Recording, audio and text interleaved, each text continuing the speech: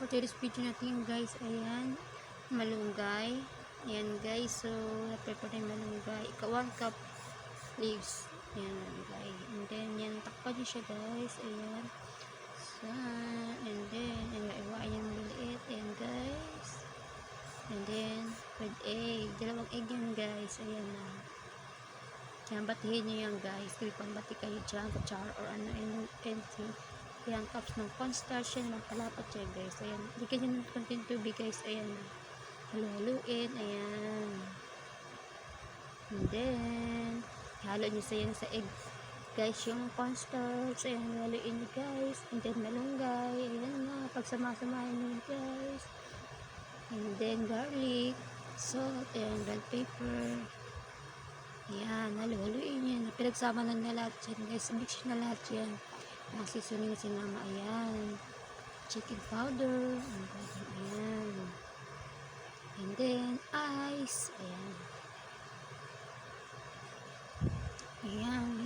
i-mix na yan lahat guys.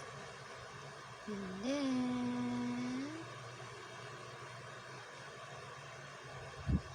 oh my god, may ice yan guys. Halo, sama nyo dyan guys. Ayan, yan na oil. Ayan, fried nyo yan sa mantika na kumukulo guys. Ayan na, sigurado mapapasarap ang inyong kain kapag ito inyong itinry. Ayan na, tinan nyo guys na mauuan siya guys sa mantika. Dapat maglagay kayo yung guys kumukulo yung mantika and then baligtarin natin guys. Ayan, mulutang-lutang talaga sa mantika guys. Ayan, then naglagay kayo dyan, kumukulo talaga yung mantika guys. Ayan, so ayan, ulay kayo ulit oil. Ayan, grabe ang lutong ito guys.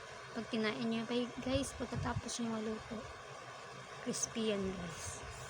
Try nyo sa mga kids, ikakain, sustansya yan guys. Ayan,